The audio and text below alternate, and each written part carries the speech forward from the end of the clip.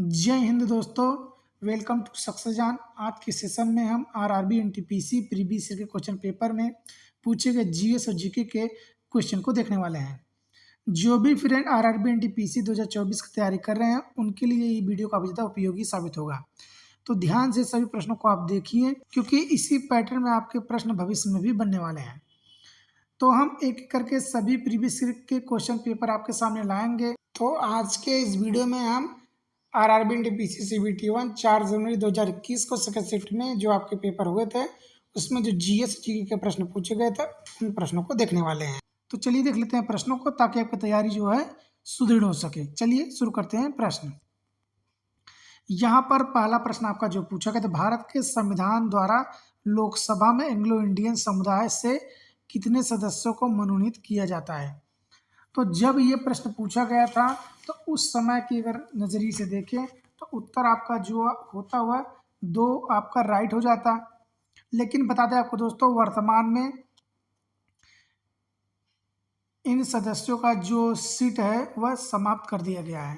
तो यहाँ पर आप देख सकते हैं 104वें संविधान संशोधन अधिनियम ने लोकसभा और राज्यसभा विधानसभाओं में एंग्लो इंडियन समुदाय के सदस्यों के आरक्षण को समाप्त कर दिया। तो अब जो महत्वपूर्ण प्रश्न बनता है वो आपका यही बनता है कि किस संविधान संशोधन के तहत लोकसभा और राज्य विधानसभाओं में एंग्लो इंडियन समुदाय के सदस्यों का आरक्षण या फिर सीट समाप्त कर दिया। तो उत्तर आपका क्या होगा? 104वां संविधान संशोधन। राइट आंसर आपका यही हो जाएगा। चलिए बढ़ते हैं अगले प्रश्न की तरफ। अगला प्रश्न आपका जो है GSAT-31 क्या है? यह एक प्रकार का क्या है? तो यह आपका एक प्रकार का दूर संचार उपग्रह है। राइट आंसर आपका ऑप्शन नंबर 1 हो जाएगा। बता दें आपको, इसी पैटर्न पर भी आपके भविष्य में जो प्रश्न बनेंगे सेम टू सेम इसी पैटर्न पे बनेंगे। जहाँ से प्रश्न पूछे जा रहे हैं वहाँ से प्रश्न पूछे जाएंगे। तो अगर आप इन प्रीवियस ईयर के प्रश्न पत्रों को अच्छे से देख लेते हैं और भविष्य में करंट अफेयर और कुछ और महत्वपूर्ण जीएस और जीके प्रश्नों को ठीक ठाक ढंग से पढ़ लेते हैं तो आप एनटीपीसी सीबीटी 1 के एग्जाम क्लियर करने में ज़्यादा दूर नहीं रहने वाले हैं। चलिए देखते हैं अगला प्रश्न। अगला प्रश्न जो आपका पूछा गया है वो आपका है एक्सेल MS ऑफिस 2010 की वर्कबुक में डिफ़ॉल्ट रूप से कितनी वर्कशीट मौजूद होती हैं। तो इसका उत्तर ऑप्शन नंबर 2 हुआ राइट है। 3 आपका राइट आंसर हो जाएगा। तो कंप्यूटर से भी प्रश्न आपके लगभग 3 से 4 प्रश्न पूछे गए हैं। तो कंप्यूटर प्रश्नों को भी आपको अच्छे से देखकर जाना पड़ेगा। ना सिर्फ हार्डवेयर बल्कि सॉफ्टवेयर संबंधित भी प्रश्न आपको अच्छे से देखना होगा। चलिए बढ़ते हैं अगले प्रश्न की तरफ। अगला प्रश्न आपका किस वर्ष में लागू हुए राज्यसभा अधिनियम की धारा 3 के माध्यम से संघ के आधिकारिक उद्देश्यों के लिए अंग्रेजी भाषा का प्रयोग जारी रहा। तो ये समय पूछा है तो उत्तर आपका जो होगा 1965 आपका राइट आंसर हो जाएगा।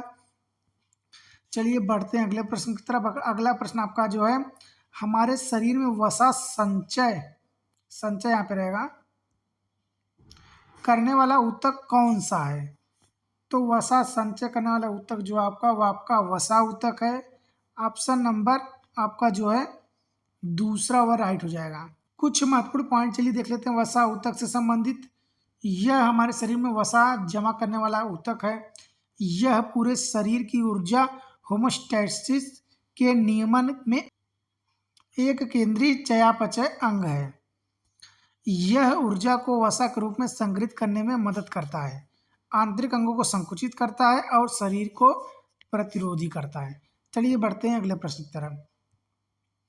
अगला प्रश्न आपका, विधवा पुनर्विवाह की अनुमति देने वाला कानून हिंदू विधवा पुनर्विवाह अधिनियम किस वर्ष पारित किया गया। काफ़ी महत्वपूर्ण प्रश्न है। इससे जुड़े कुछ फैक्ट भी देखेंगे। इसका उत्तर अगर बात करें तो इसका उत्तर आपका जो है 1856 आपका राइट आंसर हो जाएगा। कब? तो 16 जुलाई 1856 आपका राइट आंसर हो जाएगा। चलिए जुड़े कुछ महत्वपूर्ण तथ्य को देख लेते हैं। हिंदू विधवा पुनर्विवाह अधिनियम के बारे में अगर महत्वपूर्ण तथ्य देखें तो ये 16 जुलाई 1856 को पारित किया गया था। इसने ईस्ट इंडिया कंपनी के शासन के तहत भारत के सभी न्यायालयों में हिंदू विधवाओं के पुनर्विवाह को वैध कर दिया।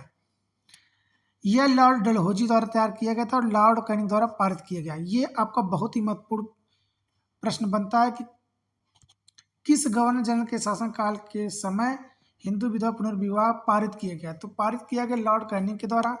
किसके समय तैयार किया गया था? लॉर्ड डलहौजी के समय। चलिए कुछ और महत्वपूर्ण तथ्य देखते हैं। इसमें कहा गया है कि हिंदुओं के बीच अनुबंधित कोई भी विवाह अमान्य नहीं होगा और महिलाओं के पहले से विवाहित होने के कारण ऐसा कोई विवाह नाजायज नहीं माना जाएगा। ईश्वरचंद्र विद्यासागर हिंदू विधवा पुनर्विवाह के सबसे प्रमुख प्रचारक थे। तो भारतीय के रूप में अगर पूछेगा कौन हिंदू विधवा पुनर्विवाह के रूप में भारत में प्रचार प्रसार या फिर कह सकते हैं कि भारतीय महिलाओं के हक के लिए लड़ाई लड़ी थी, तो आपके उत्तर होगा ईश्वरचंद्र विद्यासागर। साथ में आपके राधाकांत देव और धर्म सभा के कड़े विरोध के बावजूद विधान परिषद में याचिका दायर की। इन दोनों महापुरुषों ने, ईश्वरचंद्र विद्यासागर और राधाकांत देव ने कड़े विरोध के बावजूद विधान परिषद में याचिका दायर कर दी थी। चलिए बढ़ते हैं अगले प्रश्न की तरफ। अगला प्रश्न आपका भारतीय क्षेत्र का सबसे दक्षिण छोर कौन सा है? तो सबसे दक्षिण छोर की अगर बात करें तो उत्तर आपका हो जाएगा इंदिरा पॉइंट। इंदिरा पॉइंट आपका राइट आंसर होगा। चलिए देख लेते हैं सभी 4 अंतिम छोर जो आपके भारत की अंतिम छोर जो है, पूर्व ये आपका हो गया, ये आपका पश्चिम हो गया, ये आपका उत्तर हो गया, ये आपका दक्षिण हो गया। पूर्व में जो आपका पूर्व में जो आपका अंतिम छोर है वो आपका किस नाम से जाना जाता है? तो आपका किबुथु ये आपका कहाँ पर है? अरुणाचल प्रदेश में है। और अगर पश्चिम की बात करें तो गुहार मोती ये आपका कच्छ जिला में है। दक्षिणम बिंदु इंदिरा पॉइंट यही आपसे पूछा है।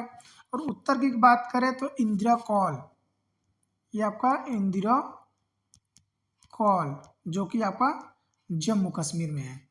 तो ये 4 आपके भारतीय अंतिम छोर बिंदु हैं। चारों दिशाओं की अगर बात करें उस नज़रिए से, तो चारों के नाम आपको अच्छे से याद रखना है, भविष्य में यहाँ से भी प्रश्न बन सकते हैं। इससे जुड़े कुछ महत्वपूर्ण बिंदु अगर देखें इंदिरा पॉइंट से संबंधित, तो यहाँ पर देखिए जो आपका महत्वपूर्ण बिंदु बनता है आपका है भारतीय क्षेत्र का सबसे दक्षिणी बिंदु छोर इंदिरा पॉइंट है। यही प्रश्न आपसे पूछा गया है। यह अंडमान और निकोबार द्वीप समूह में निकोबार जिले और ग्रेट निकोबार तहसील के अंतर्गत आता है। इस बिंदु को पहले पाईगमेलियन पॉइंट और पार्सन्स पॉइंट के नाम से भी जाना जाता था, लेकिन 1984 में इंदिरा गांधी के यहाँ आने के बाद इसका नाम बदल दिया गया था। अक्टूबर 1985 में इसका आधिकारिक रूप से नाम बदलकर इंदिरा पॉइंट कर दिया गया। ये प्रश्न आपसे पूछा जा सकता है कि इंदिरा पॉइंट का पूर्व नाम क्या था? तो पाईगमेलियन और पार्सन पॉइंट दोनों ये नाम आपको याद रखना है। चलिए बढ़ते हैं अगले प्रश्न की तरफ। अगला प्रश्न आपका जो है वो आपका है स्वच्छ सर्वेक्षण 2020 के अनुसार कौन सा शहर भारत का सबसे स्वच्छ शहर था? तो 2020 के अनुसार अगर बात करें तो इंदौर आपका राइट आंसर हो जाएगा। कमेंट बॉक्स में आप हमें बताएं स्वच्छ सर्वेक्षण 2024 के अनुसार भारत का सबसे स्वच्छ शहर किसे घोषित किया गया? शहर के साथ साथ आप राज्य का भी नाम बताएं, किस राज्य को सबसे स्वच्छ राज्य घोषित किया गया। चलिए बढ़ते हैं अगले प्रश्न की तरफ। प्रख्यात समाज सुधारक और महिला शिक्षा कार्यकर्ता पंडिता रमाबाई सरस्वती किस भाषा की एक महान विद्वान थी? उत्तर आपका होगा संस्कृत। ऑप्शन नंबर 4 आपका राइट हो जाएगा। अगला प्रश्न आपका है भारत में पहली पैसेंजर ट्रेन कब चलाई गई थी? तो ये आपका काफ़ी ज़्यादा महत्वपूर्ण प्रश्न है। अगर आप एनटीपीसी की एग्जाम दे रहे हैं या फिर रेलवे से जुड़े परीक्षाओं की तैयारी कर रहे हैं, तो रेलवे से जुड़े जितने भी ऐतिहासिक प्रश्न हैं उन प्रश्नों को भी आपको याद रखना है। तो भारत में पहली पैसेंजर ट्रेन की अगर बात करें तो ये आपका 1853 में चला गया था। चलिए इससे जुड़े कुछ महत्वपूर्ण बिंदु को देख लेते हैं। भारत में पहली पैसेंजर ट्रेन 16 अप्रैल 1853 में चली थी। 16 अप्रैल 1853 को पहली यात्री ट्रेन बोरी बंदर मतलब बॉम्बे और ठाणे के बीच 34 किमी की दूरी तय की थी। कितने किलोमीटर ये भी आपको याद रखना है। यह 3 लोकोमोटिव साहिब सुल्तान और सिंध द्वारा संचालित किया गया था और इसमें 13 गाड़ियाँ मतलब 13 डिब्बे थे और इसमें 400 लोग सवार थे। साथ में कुछ और महत्वपूर्ण पॉइंट लिख लेते हैं। यात्री लाइन का निर्माण और संचालन ग्रेट इंडियन पेनिनसुला रेलवे द्वारा किया गया था। भारत में रेलवे की शुरुआत का श्रेय, ये आपका काफ़ी महत्वपूर्ण प्रश्न है, लॉर्ड डलहौजी को जाता है। वर्तमान में भारत अमेरिका, रूस और चीन के बाद आकार के से दुनिया के चौथे सबसे बड़े रेलवे नेटवर्क का प्रबंधन करता है। ये बात भी आपको ध्यान रखना है। दूरसंचार क्षेत्र में ISP का अर्थ क्या है? तो इसका फुल फॉर्म पूछा तो internet service provider. Right answer आपका ऑप्शन नंबर तीसरा हो जाता। न्यूटन के गति के प्रथम नियम का अन्य नाम आपसे पूछा है। न्यूटन की गति के तीनों नियम आपको याद रखना है। इसका प्रथम नियम का अन्य नाम जो आपका जड़त्व नियम के नाम से भी जाना जाता है, ये बात आपको ध्यान रखना है। 9 डॉट्स प्राइज अवार्ड 2019 किसने जीता? तो 9 डॉट्स प्राइज अवार्ड 2019 जो विजेता रही थी वो आपकी एनिस जैदी रही थी। ऑप्शन नंबर आपका चौथा वो राइट हो जाता। वर्तमान में ये पुरस्कार किसे दिया गया है, ये बात भी आप कमेंट बॉक्स में जरूर बताएं। चलिए कुछ महत्वपूर्ण बिंदु भी देख लेते हैं। एनी जैदी ने 9 डाइट्स पुरस्कार 2019 जीता था। 9 डाइट्स पुरस्कार समकालीन सामाजिक मुद्दों के जवाब में मूल सोच को पुरस्कृत करने का प्रयास करता है। प्रत्येक पुरस्कार चक्र 2 साल तक चलता है। हर दूसरे अक्टूबर में एक नए प्रश्न की घोषणा की जाती है और फिर उस प्रश्न से संबंधित जो भी जिनकी जवाब सटीक लगती है उन्हें इस पुरस्कार से नवाजा जाता है। चलिए बढ़ते हैं अगले प्रश्न की तरफ। सुशील कुमार किस खेल से संबंधित हैं?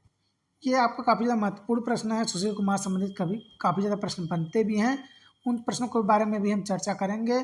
सबसे पहले आपका जो प्रश्न पूछा है उसका उत्तर होगा कुश्ती। ऑप्शन नंबर 1 आपका राइट है। इससे जुड़े तथ्य देख लेते हैं या फिर प्रश्न देख लेते हैं। सुशील कुमार ने कुश्ती में ओलंपिक पदक जीता। 2008 बीजिंग ओलंपिक में सुशील कुमार तीसरे स्थान पर रहे और भारत के लिए कांस्य पदक जीता था। 2012 के लंदन ओलंपिक में उन्होंने कुश्ती में रजत पदक जीता था, ये भी आपको ध्यान रखना है। और जुलाई 2009 में उन्हें मेजर ध्यानचंद खेल रत्न पुरस्कार से भी नवाजा गया है। साथ में उन्होंने 2014 राष्ट्रमंडल खेलों में 74 किग्रा वर्ग में स्वर्ण पदक जीता था, ये बात भी आपको ध्यान रखना है। चलिए बढ़ते हैं अगले प्रश्न की तरफ। किस व्यक्ति को 2 बार भौतिकी के नोबेल पुरस्कार से सम्मानित किया गया है? तो उत्तर आपका होगा जॉन बार्डिन। ऑप्शन नंबर दूसरा आपका राइट है। इनसे जुड़े कुछ महत्वपूर्ण बिंदु देख लेते हैं। जॉन बार्डिन एकमात्र ऐसे व्यक्ति जिन्हें 2 बार भौतिकी में नोबेल पुरस्कार सम्मान मिला है। जॉन बार्डिन को 1956 में भौतिकी के लिए नोबेल पुरस्कार मिला, जो टेलीफोनी और रेडियो के लिए निर्णायक साबित हुए विद्युत संकेतों के प्रवर्धन के लिए था। उन्हें क्वांटम यांत्रिक आधारित सिद्धांत तैयार करने के लिए 1972 में भी भौतिकी का नोबेल पुरस्कार से सम्मानित किया गया था। चींटी के डंक में कौन सा अम्ल होता है? चींटी के डंक में मेथोनोइक अम्ल होता है। मेथोनोइक अम्ल से जुड़े कुछ महत्वपूर्ण बिंदु भी देख लेते हैं।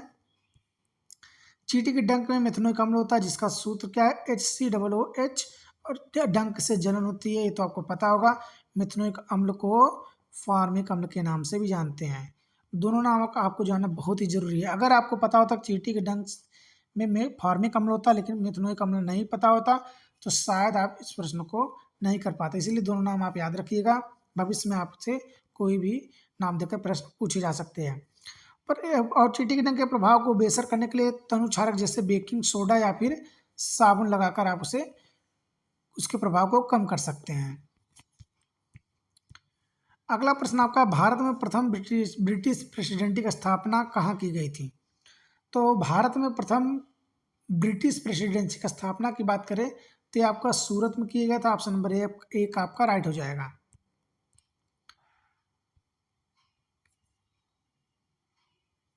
अगला प्रश्न आपका, परमाणु ऊर्जा में सार्वजनिक क्षेत्र के उपक्रमों के बीच संयुक्त उद्गम को अनुमति देने के लिए संसद द्वारा परमाणु ऊर्जा संशोधक बिल कब पारित किया गया था?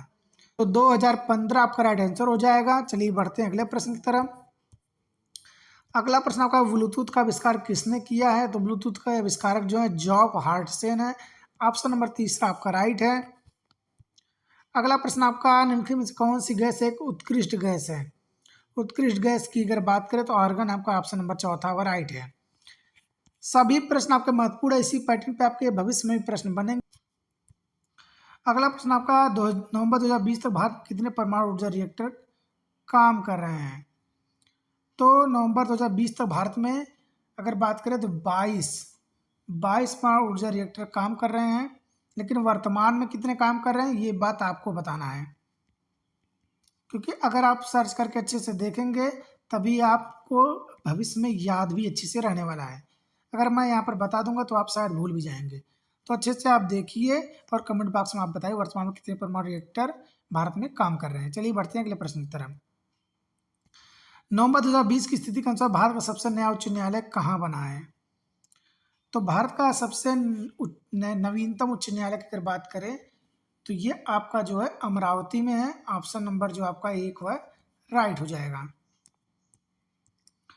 अगला प्रश्न आपका है 1875 में मोहम्मडन एंग्लो ओरिएंटल कॉलेज की स्थापना किसने की, जो बाद में अलीगढ़ मुस्लिम विश्वविद्यालय बन गया? तो इसकी स्थापना किया गया है सैयद अहमद खान के द्वारा। इनसे जुड़े कुछ महत्वपूर्ण तथ्य भी देख लेते हैं। सैयद अहमद खान ने 1875 में Mohammedan Anglo Indian oriental college की स्थापना की, जो बाद में अलीगढ़ मुस्लिम विश्वविद्यालय बन गया। उन्होंने विशेष रूप से उत्तरी भारत में मुसलमानों के राजनीतिक प्रभाव को बनाए रखने के लिए अंग्रेजी और पश्चिमी विज्ञान में सक्षमता को आवश्यक कौशल माना। महेंद्र प्रताप सिंह ने विश्वविद्यालय के लिए जमीन दी थी, ये भी महत्वपूर्ण आपका पॉइंट बनता है। 9 सितंबर 1920 को Mohammedan Anglo Oriental College Aligarh मुस्लिम विश्वविद्यालय की स्थापना हुई थी, ये भी आपको याद रखना है। सुल्तान शाहजहां बेगम विश्वविद्यालय की पहली कुलाधिपति थी, ये बात भी आपके लिए काफी ज्यादा महत्वपूर्ण है। अगला प्रश्न आपका पूछा गया तो भारत में श्वेत क्रांति का जनक किसे माना जाता है? तो उत्तर आपको पता होगा वर्गीज कुरियन। इनसे जुड़े कुछ महत्वपूर्ण बिंदु देख लेते हैं। तो आपको पता है श्वेत क्रांति के जनक जो भारत में वर्गीज कुरियन है। श्वेत क्रांति जिसे ऑपरेशन फ्लड के नाम से भी जाना जाता है 1970 में यह शुरू की गई थी। ये भारत के राष्ट्रीय डेयरी विकास बोर्ड NDDB की एक पहल थी और यह दुनिया का सबसे बड़ा डेयरी विकास कार्यक्रम भी था। इसने भारत को दुग्ध की कमी वाले देश से दुनिया के सबसे बड़े दुग्ध उत्पादक देश में बदल दिया। ऑपरेशन फ्लड अमूल के अध्यक्ष और संस्थापक वर्गीज कुरियन द्वारा स्थापित प्रायोगिक पैटर्न पर आधारित है। तो ऑपरेशन फ्लड जो है वर्गीज कुरियन के द्वारा लाया गया था। ये अमूल के अध्यक्ष और संस्थापक भी रहे हैं, ये बात भी आपको ध्यान रखना है। भारतीय रिजर्व बैंक की स्थापना कब हुई थी? काफी रिपीटेड प्रश्न है। RBI की स्थापना, ये बार बार आपसे प्रश्न पूछा जाता है। इसकी स्थापना हुई थी अप्रैल 1935 को। कुछ महत्वपूर्ण बिंदु भी देख लेते हैं। भारतीय रिजर्व बैंक की स्थापना अप्रैल 1935 में हुई थी। 1 जनवरी 1949 को RBI का राष्ट्रीयकरण किया गया था, ये बात आपसे पूछा जा सकता है। सर ओसबोर्न स्मिथ भारतीय रिजर्व बैंक के पहले गवर्नर थे, ये प्रश्न काफी बार पूछा गया है। उन्होंने 1 अप्रैल 1935 से 30 जून 1937 तक राज्यपाल का पद संभाला। श्री शशिकांत दास RBI के वर्तमान गवर्नर हैं। उन्होंने 12 दिसंबर 2018 से प्रभावी भारतीय रिजर्व बैंक के 25वें गवर्नर के रूप में कार्यभार ग्रहण किया है। वर्तमान 2024 में भी यही आपके गवर्नर, ये बात भी आपको ध्यान रखना है। फतेहपुर सिकरी में बुलंद दरवाजा अकबर द्वारा किस विजय का जश्न मनाने के लिए किया गया था? तो गुजरात विजय पर। ऑप्शन नंबर आपका 1 वह राइट हो जाएगा। भारत में प्रोजेक्ट टाइगर कब शुरू किया गया था? काफी ज्यादा रिपीटेड प्रश्न है। 1973 आपका राइट आंसर हो जाएगा। दिल्ली की जामा मस्जिद का निर्माण किस वर्ष पूरा हुआ? पूरा किस वर्ष हुआ? तो 1656 आपका राइट आंसर हो जाएगा। वर्तमान इतिहास भारत गांधी के बाद किसने लिखा है? तो ये जो भारत गांधी के बाद इस इतिहास के रचनाकार जो हैं वे रामचंद्र गुहा हैं। ऑप्शन नंबर 2 आपका राइट है। दूसरी वंदे भारत एक्सप्रेस किस के बीच चली? उस समय वंदे भारत एक्सप्रेस संचालित किया गया था, दूसरा जो था वंदे भारत एक्सप्रेस, इसीलिए करंट का आपके प्रश्न बनते हैं। तो दूसरा जो वंदे भारत एक्सप्रेस आपका चला था वो आपका दिल्ली से कटरा, ऑप्शन नंबर नई दिल्ली से कटरा, ऑप्शन नंबर 2 आपका राइट है। और कब? तो 17 फरवरी 2019 प्रधानमंत्री नरेंद्र मोदी द्वारा इसका उद्घाटन किया गया था। चलिए अगला प्रश्न देखते हैं, वर्तमान में भारत की 8वीं अनुसूची में कितनी भाषाएं सूचीबद्ध हैं? तो वर्तमान में 22 भाषाएं हैं। कमेंट बॉक्स में आप हमें बताइए कि मूल संविधान में कितनी भाषाएं वर्णित थी, ये आपको बताना है या सूचीबद्ध थी। कुछ महत्वपूर्ण बिंदु देखते हैं। भारत के संविधान में 8वीं सूची में निम्नलिखित 22 भाषाएं सूचीबद्ध हैं। असमिया, बंगाली, गुजराती, हिंदी, कन्नड़, कश्मीरी, कोंकणी, मलयालम, मणिपुरी, मराठी, नेपाली, उड़िया, पंजाबी, संस्कृत, सिंधी, तमिल, तेलुगु, उर्दू, बोडो, संथाली, मैथिली और डोगरी। बता दें आपको, कुछ महत्वपूर्ण संशोधन के तहत, संविधान संशोधन के तहत इसमें भाषाओं को ऐड किया गया है।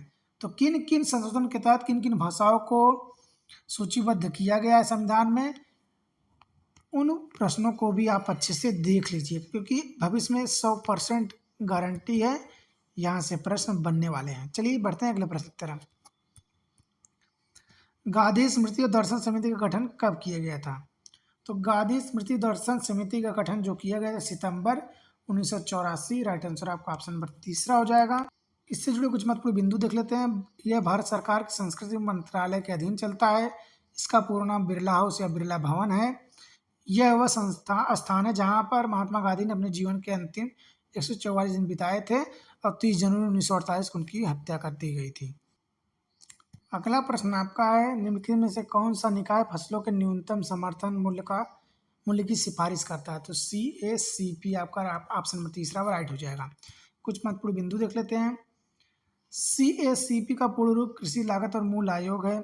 यह एक विकेंद्रीकृत संस्था और भारत सरकार के कृषि और किसान कल्याण मंत्रालय के लिए सलाहकार निकाय है। इसकी स्थापना 1965 में कृषि मूल्य आयोग के रूप में हुई थी और 1985 में इसका नाम बदलकर वर्तमान नाम कर दिया गया। दोनों बिंदु आपके लिए महत्वपूर्ण है। CACP आर्थिक मामलों की कैबिनेट समिति CCEA को न्यूनतम समर्थन मूल्य की सिफारिश करता है, जो इस पर बाध्यकारी नहीं है। बस सिफारिश कर सकता है लेकिन बाध्यकारी नहीं है, ये बात भी आपको ध्यान रखना है। अगला प्रश्न का पूछा गया था, संयुक्त राष्ट्र सुरक्षा परिषद के गैर अस्थायी सदस्यों का कार्यकाल क्या है? तो गैर अस्थायी सदस्यों का कार्यकाल जो है आपका 2 वर्ष है।